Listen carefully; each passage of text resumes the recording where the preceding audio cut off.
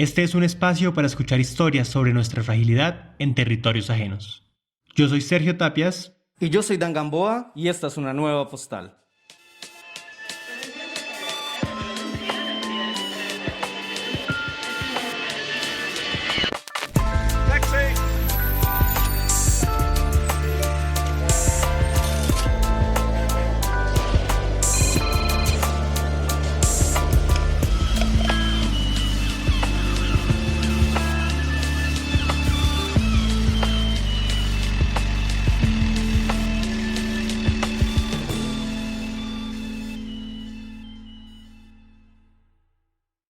Esta es una anécdota sobre qué tan lejos podemos llegar para conocer el origen de nuestra sangre. Adriana Lucía, nuestra invitada, viajó a Siria para encontrarse con lo más remoto de su familia. Soy Adriana Lucía, cantautora colombiana. Nací en la zona rural del Caribe de Colombia. Yo nací a orilla del río.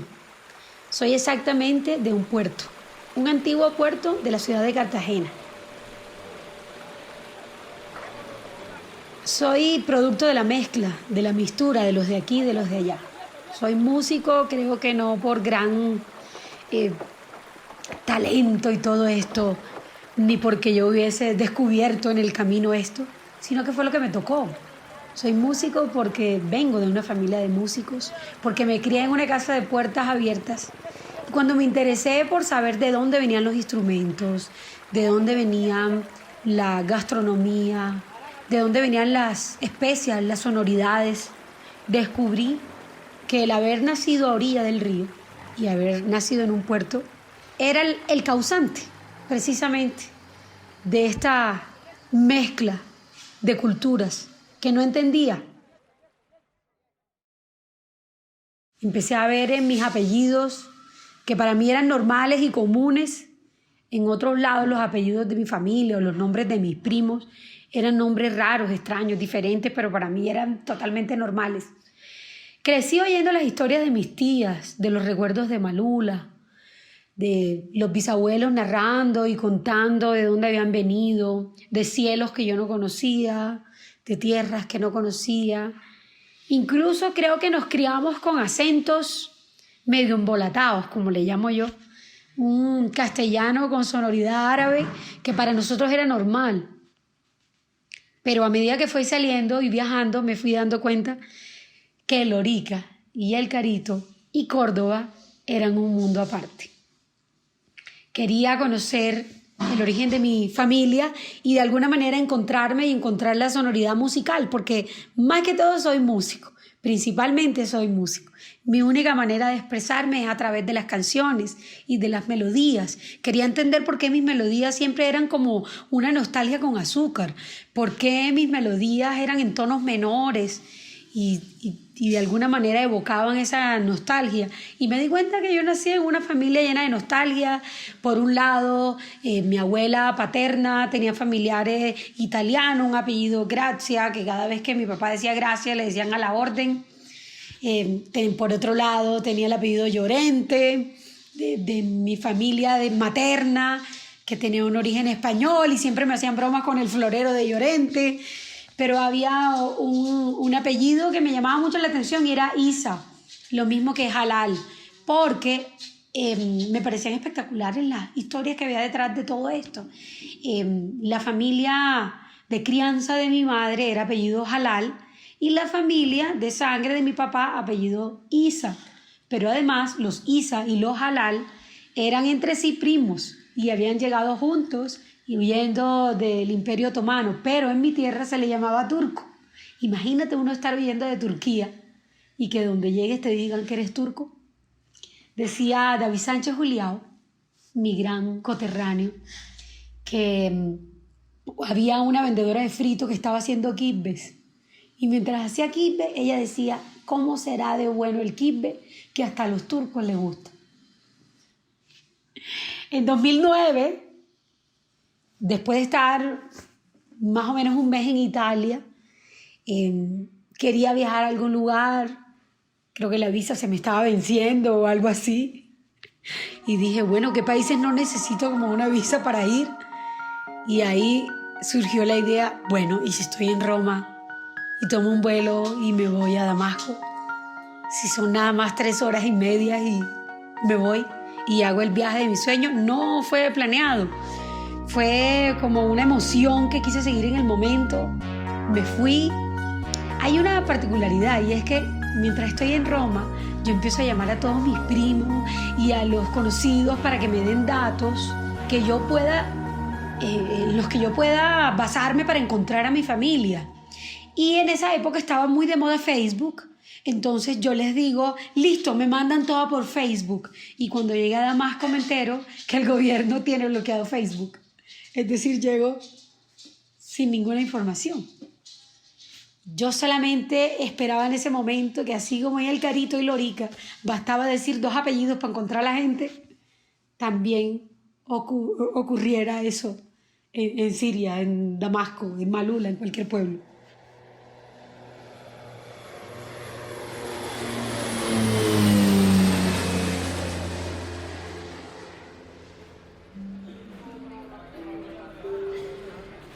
يرجى الانتباه غير مسموح بالتدخين بهذا المبنى من أجل سلامتكم وأمنكم. El primer limitante que me encuentro definitivamente es el idioma. Pocas personas hablan otro idioma diferente al árabe en Damasco. Creo que una de las cosas también que te limitan en la cabeza es todo lo que te dicen de los países árabes, que no puedes mostrar el pelo, que si tienes la ropa de tal manera te van a suceder cosas, que las mujeres no pueden mirar a los ojos y una cantidad de cosas que ni siquiera el idioma te ayuda para poder preguntar si eso es verdad. Y llegué expectante, pero lo primero que me llama la atención es que el hotel que he reservado además por internet y lo veo alucinante, con una decoración típica damascena, con cortina de terciopelo y toda esta fastuosidad típica de la cultura árabe, y me encuentro con una pared. El hotel era una pared, como cualquier pared del centro de cualquier ciudad, sí, como del centro de Bogotá. Una pared sin fachada, sin nada parecido a lo que había visto en mi reserva de hotel. Un señor muy callado, sin pronunciar muchas palabras, me abre la puerta, me recibe la maleta, y cuando abro la puerta me encuentro con este espectáculo de lugar, pero hay una cosa que me llama la atención, y es que veo que al lado del hotel, todo lo que queda alrededor del hotel son paredes. Después me di cuenta que a Damasco le dicen la ciudad de los pobres, y ellos creen que toda esta maravilla hay que mostrarla de la casa para adentro, que afuera nadie tiene que presumir lo que tiene. Esto me pareció fascinante, más viniendo de las culturas donde venimos nosotros, en donde el que más tiene más muestra, y donde hay un poco de todo lo contrario. Y esto me parecía fascinante, poder vivir toda esta maravilla con un concepto real de humildad, que no tenía nada que ver con plata, con tener o no tener, sino con no aprovecharse de los que tienen. Los señores que me atienden son muy amables, y lo primero que detecto es que la señora que está en el hotel es una mujer que tiene un pelo hermoso, y es una mujer muy hermosa, y digo, sí se puede mostrar el pelo. Ya veo que no hay que tapar el pelo.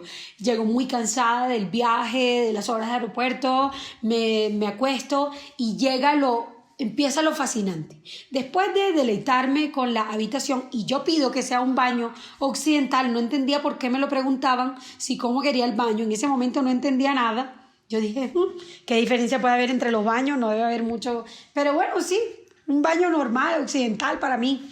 No entendía absolutamente nada, pero luego voy entendiendo el porqué de los baños. Y lo primero que me despierta es una gran bocina orando. Yo no tenía ni idea que esto era así. Oran 4 veces al día en altavoces, y oigo esta bulla que se convierte en algo fascinante. Yo no tenía ni miedo ni nada, sino emoción. Yo dije, estoy en Siria. Salí a caminar y adivinen lo que me encuentro: un entierro. Un entierro. Pero no era cualquier entierro. El muerto va destapado. Se ve el muerto. Además la caja la cogen de aquí para allá y de allá para acá. Se la tiran, la bailan, le dan giros, es como un gran festejo.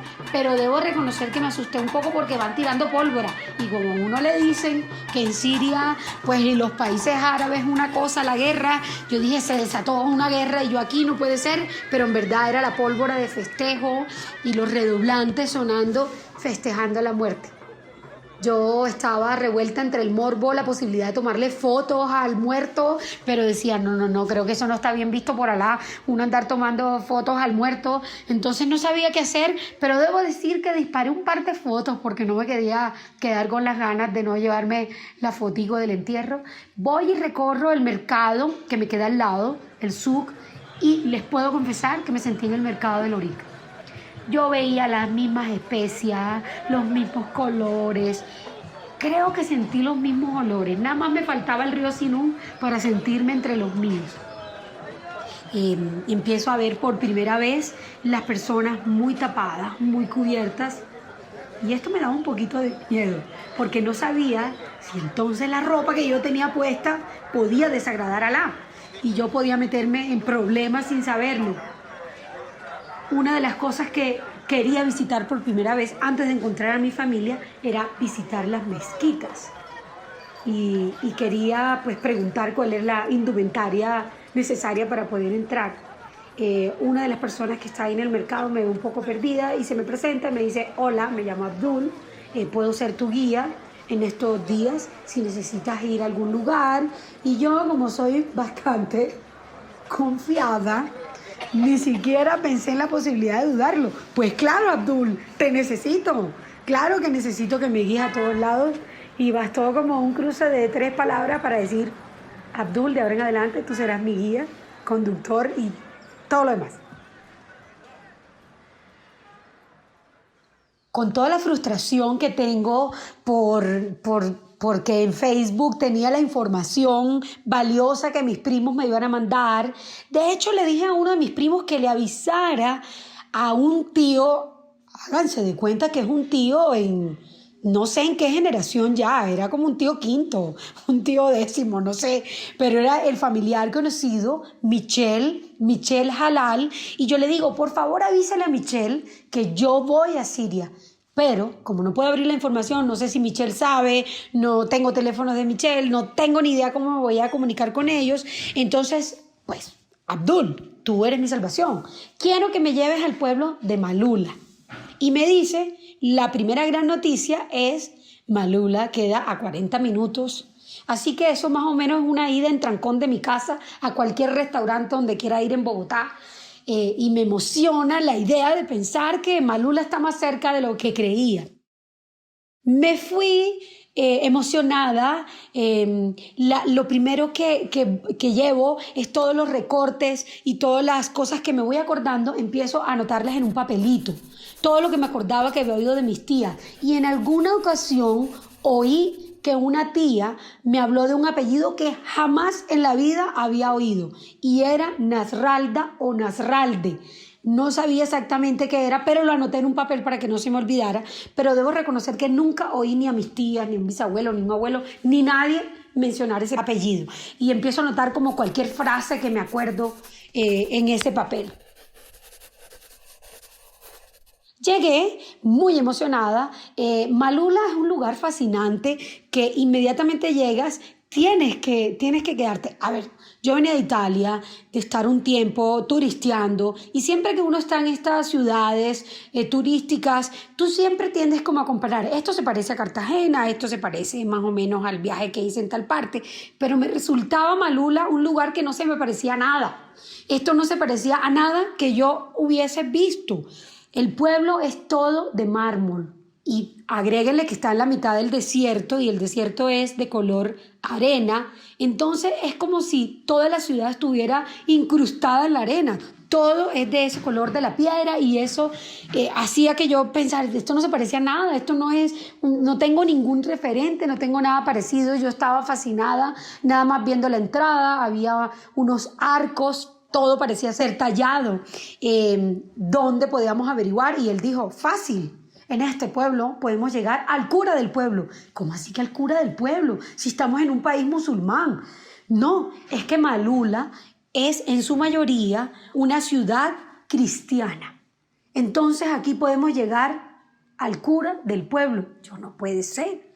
El cura del pueblo, no puedo venir de Lorica a encontrarme al cura del pueblo y esto va a ser así de fácil, voy a decir dos cosas y voy a hallarlo, no lo sé. Llegamos donde el cura del pueblo, que a propósito acababa de llegar de Italia, entonces me hablaba en italiano y era muy fácil poderle entender después de tener el oído acostumbrado de más de casi 2 meses de estar en Italia, y él no hablaba inglés, no hablaba otro idioma, sino arameo, que además tenía el agravante que no solamente era árabe, sino arameo, que al ser un idioma que no tiene ninguna raíz en latín de nada, pues no es entendible nada.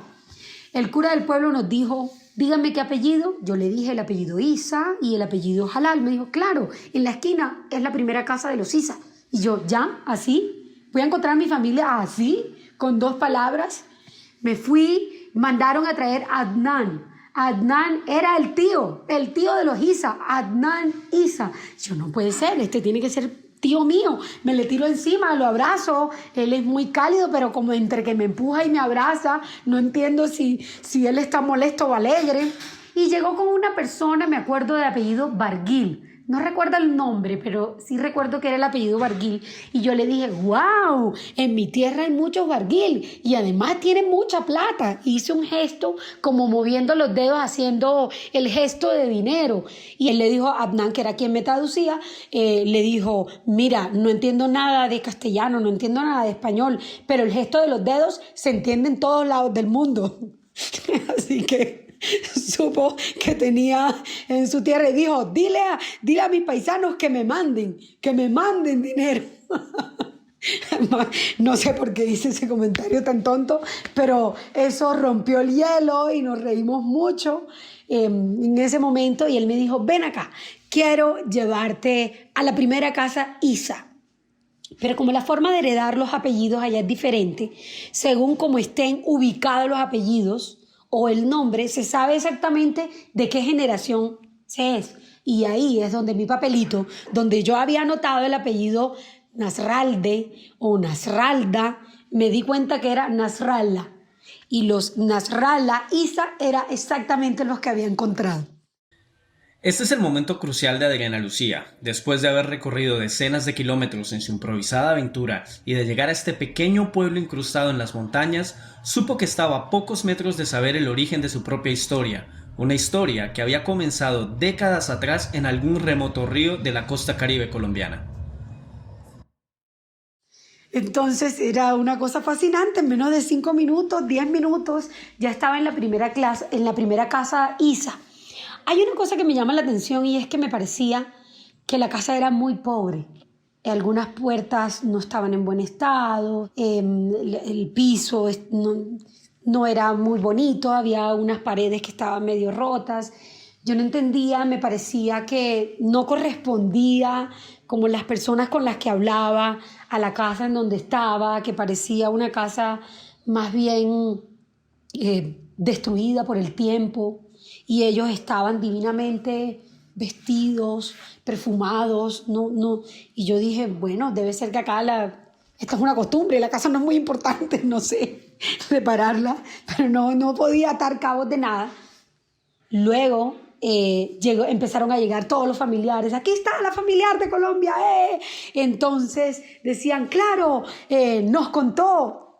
Yo no sé cómo entrar, bueno, sí sé cómo. Como hay jóvenes en todas las familias y hay aplicaciones para todo, desbloquean su Facebook y ahí pudieron encontrar que un familiar de Colombia llegaría a Malula, pero además ese familiar no era cualquier familiar, era una cantante. Y entonces, adivinen qué, todos empezaron a decirme que cante en arameo, ¿no? No me acuerdo cómo se dice que cante en arameo.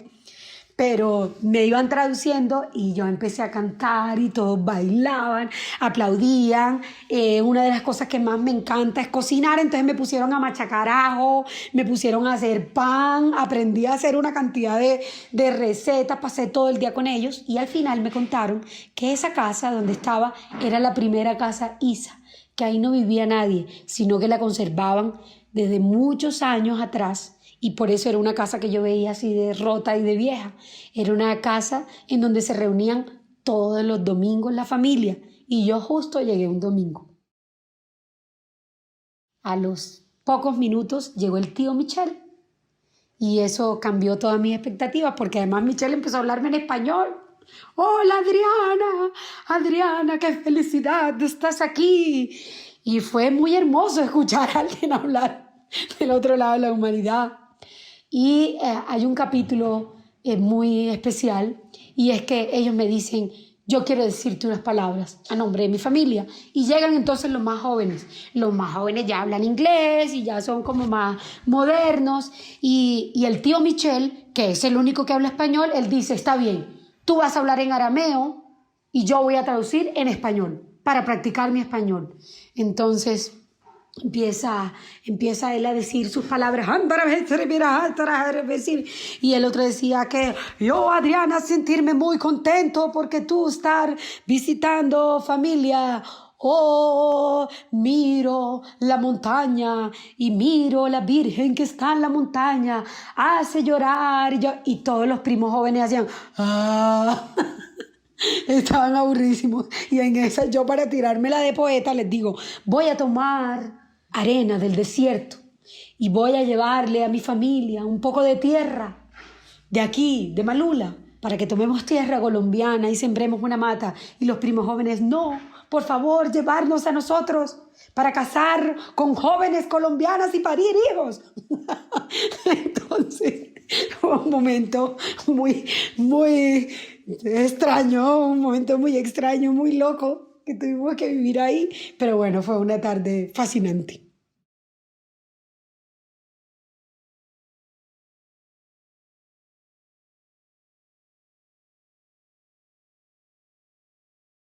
Mi propósito está cumplido, mi propósito se cumplió como en un día, y yo había dejado la reserva por 10 días porque pensaba que la búsqueda iba a ser un poco más compleja.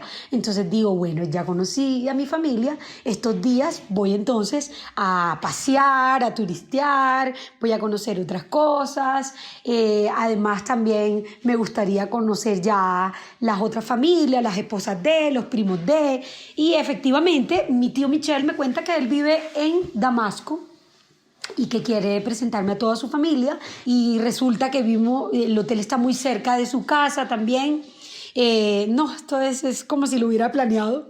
Y empiezo a pasear. Entonces, los días siguientes voy a Talmud, que en español es Palmira, el pueblo. De hecho, es como de los principales pueblos destruidos por la guerra, y esto me impacta mucho, porque el haber estado ahí, el haber como vivido tantos momentos ahí, y luego cuando se desata la guerra darme cuenta que es el primer pueblo que destruyen, pues es un golpe emocional muy fuerte.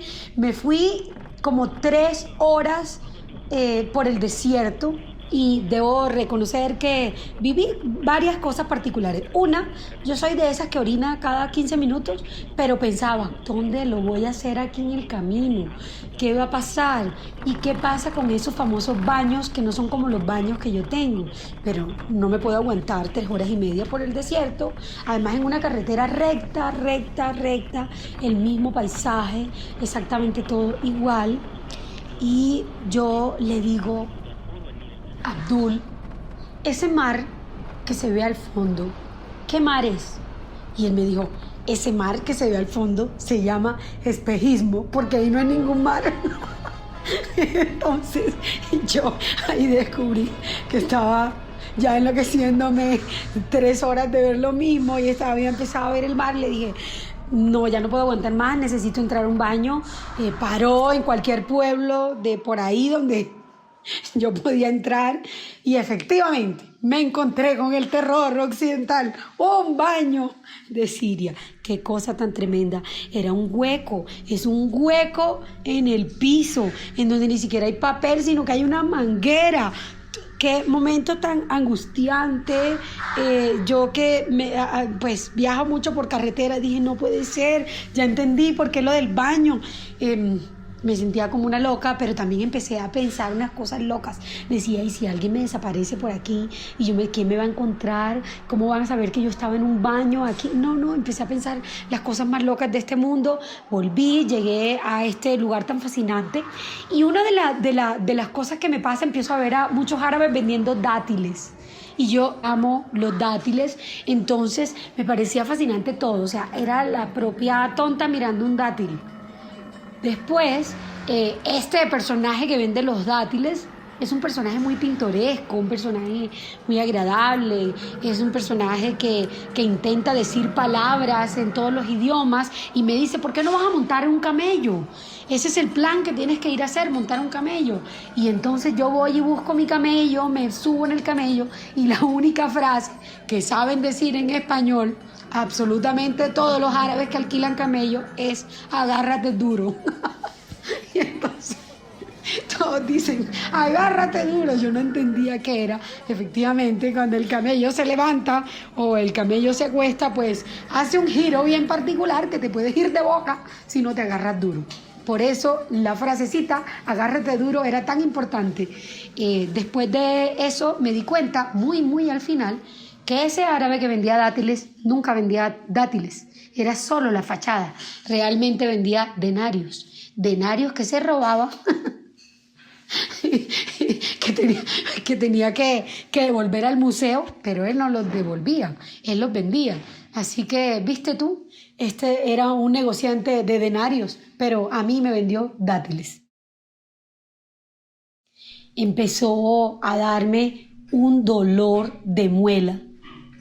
Esto es terrible lo que estoy diciendo y quita cualquier romanticismo de este paseo, pero empecé a sentir un dolor de muela. Y ustedes saben lo duro que es un dolor de muela. Es una cosa terrible. Y me duele la muela y yo empiezo a decirle a todo el mundo que me duele, señalo y me dicen, no te preocupes, ya te tenemos un remedio. En ese momento trae como un trago anisado parecido algo al aguardiente, pero es algo que se pone en agua y cuando se pone en agua se vuelve blanco. Y me dice que haga un buche de eso y me lo ponga en el lugar del dolor. Yo no podía creer que un dolor de muela que nunca me da, me diera en pleno desierto en Tadmud, en Siria. Entonces me traen eso, hago el buche y no se imaginan, se me durmió como toda la cara y como el cuello y como la muela 3 días. Yo no sé qué fue lo que me dieron, pero eso era una cosa que me quitó todos los dolores y además me dijo, tómate esta pastilla. Y como ya yo les he dicho lo confiada que soy, pues me tomé la pastilla. Se me quitaron absolutamente todos los dolores que tenía. Yo dije, esta pastilla es tan buena que me tengo que llevar esa caja de pastillas para Colombia. Como sea, me la llevo. y me la traje. Cuando llegué a Colombia, yo vivía en ese momento, mi roommate era un primo médico y le dije, necesito que me ayudes a ver esto en árabe, lo que sea. Empezamos a traducir, a buscar. Pues háganse de cuenta que me tomé 2 ibuprofeno, 2 acetaminofén, 2 de todo lo que se puede imaginar. De vaina no me intoxiqué yo en ese desierto, pero eso sí, quedé sin dolor, no solamente ese momento, sino todos los 10 días que estuve en Siria. Después de todo eso volví a Damasco, pude ir un par de veces más a Malula, verme con nuevas familias. Cada vez que llegaba había un primo nuevo, un tío nuevo, eso sí, siempre alrededor de la comida. Siempre cocinábamos, siempre me ponían a machacar el ajo, cosa que también entendí que venía de familia, porque en mi casa también me ponían a machacar el ajo. Pude visitar todas las mezquitas, pude conocer mucho más de la cultura árabe ya desde una persona árabe, desde una persona que vive allá, que no tiene la cantidad de prejuicios y cosas que quizás desde acá nos imaginamos que pasa, pero no es exactamente lo que pasa. Conocí a todos los primos más jóvenes, me llegaron a restaurantes que tenían 400, 500 años, recetas milenarias. Una de las cosas que me pasó muy especial en Damasco es que, bueno, yo soy una persona creyente y una de las figuras que más me gusta es la de Pablo. Y una de las historias que cuenta cuando aún era Pablo de Tarso, él hablaba sobre la calle recta o la calle derecha. Siempre había leído eso, pero nunca le había puesto atención. Un día En Damasco me di cuenta que todas las calles son curvas, solo hay una calle recta. Y entendí que sobre esa calle recta había caminado Pablo y justo llegaba a la casa de Ananías. Y como creyente que soy, pues me estremecí mucho cuando me di cuenta que estaba caminando sobre la única calle recta, y eso quería decir que próximamente iba a ver la casa de Ananías. Efectivamente, llegué a la casa de Ananías, ahí estuve, no, era como vivir otro estado espiritual de alguna manera, estar ahí. Y había como una casetita de souvenirs al final de la visita a la casa, y el señor que estaba ahí atendiendo se dio cuenta que yo hablaba castellano, que hablaba español, y me dijo: hola, ¿cómo estás? Quiero que me hables en español, estoy estudiando español. Y justo hoy hice un examen y quiero mostrártelo para que tú me digas si está bien. Sacó su examen y era la camisa negra de Juanes. Y yo le dije: wow, él es amigo mío, quiero tomarte una foto con esa carta porque quiero mandárselo. Le tomé la foto y ahora que me acuerdo creo que nunca se lo mandé a Juanes. Creo que nunca ni le conté. Así que espero mandarle este podcast para que se entere. Y luego la foto. Fui de despedida a un restaurante que me invitó mi tío Michel con toda su familia, y él me contó la manera como había llegado por primera vez a Lorica, y todo surgió porque Sarkis, quien les conté al principio, era el padre putativo de mi mamá, no pudo tener hijos biológicos, y él, como buen árabe, quería dejarle la herencia a un familiar. Entonces llamó a Siria y dijo que mandaran a cualquier familiar para poder reclamar la herencia. Y ahí se fue Youssef, que es el hermano de Michel. Youssef llegó como ese primo que venía a reclamar la herencia, ese sobrino que venía a reclamar la herencia de un tío millonario por allá del otro lado del mundo. Y Michel, al ver que Youssef nunca volvió, decidió venir a Colombia en búsqueda de él. Dice que tomó un mapa y empezó a mirar dónde quedaba Colombia, y después mirar en dónde podía quedar Lorica, y se dio cuenta que lo más cercano era Cartagena. Entonces tomó un gran viaje, emprendió un gran viaje hasta que llegó a Cartagena. Y mi tía Ana, que es mi tía abuela, mi tía Ana era la esposa de Sarkis, quien fue a recogerlo a Cartagena. En esa época el transporte era fluvial y se fueron por agua de Cartagena hasta Lorica. Él dice que siempre amó a mi tía Ana porque mi tía Ana siempre fue amorosa y cariñosa con él, y por esta razón quería contarme algo muy especial, y era que mi tío Michel acababa de tener una bebé, y esa bebé tenía 1 año. Y a esa bebé le puso Ana. Ese día me presentó a Ana, entonces obviamente pues todos lloramos, festejamos. En ese restaurante alguien tocaba el laúd, nunca había oído tocar un laúd, nunca me hubiera imaginado que en un restaurante podía estar gente tocando laúd, y me di cuenta que todos cantaban la canción y aplaudían, y me llevé una imagen tan diferente a lo que pensaba antes. Era una sociedad muy cariñosa, muy afectuosa, donde entendían la buena comida, la buena servida, todo lo que pasaba alrededor de la mesa, las anécdotas, las historias. Me encontré con la pequeña Ana, con primos que no entendían quién era yo, pero que el amor era más importante. Una cosa para no olvidar, y es que cuando llegué a Siria, pues como músico que soy, siempre dije: lléveme a un lugar donde haya música. Y quiero ver mujeres bailando y quiero ver toda esta cultura. Y ese día le dije: oye, tío, y me voy de aquí y no voy a ir a un lugar en donde las mujeres bailen. Y me dice: es que no quiero llevarte ahí porque esos lugares son muy, no recuerdo la palabra en español, muy indecentes. Entonces, pues me reí mucho porque todo el tiempo le dije a todos los que me encontraban que me llevaran al lugar donde las mujeres bailaban, y parece que allá no es muy bien visto. Entonces Yo sí recuerdo la cara que todos hacían, pero solo hasta el último día entendí por qué hacían esa carita. Me vine muy emocionada, traje regalos, me fui al mercado y también aprendí una cosa muy especial que sucede en el mercado de Lorica. Y gracias a eso pude traer regalos para toda mi familia. Y es la cultura del regateo. Me explicó mi tío que todo allá vale la mitad de lo que vale y que los árabes disfrutan el regateo. Apenas mi tío Michel me contó eso, me fui como una loca a comprarle todos los recuerdos de todo lo que pudiera para traérselo a toda mi familia. Compré relojes, especias, recordatorios, narguiles, esencias, tazas para servir el té, unos machacadores de cardamomo, todo lo que me encontraba que pudiese traer. Quería traer toda la comida, pero evidentemente no la podía traer. Y cuando me dijo que todo valía la mitad, recuerdo que mi última conversación cuando estuve allá fue regateando con un árabe, en donde yo le hablaba en español y él me hablaba en árabe. Pero no sé cómo. Llegamos a negociar y él me dijo, no te preocupes, aquí podemos pelear todo lo que quieras por el precio, porque los números en todos lados del mundo se entienden. Entonces, con una calculadora, él ponía un precio y yo ponía otro.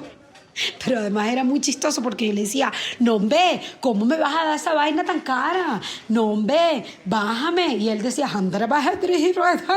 y yo le decía, no, hombre, que va, bájame. Y esto fueron unas conversaciones que creo que si en esa época hubiese existido todas las redes sociales que existieran en este momento, hubiese sido medio loco. Me vine muy feliz, muy agradecida.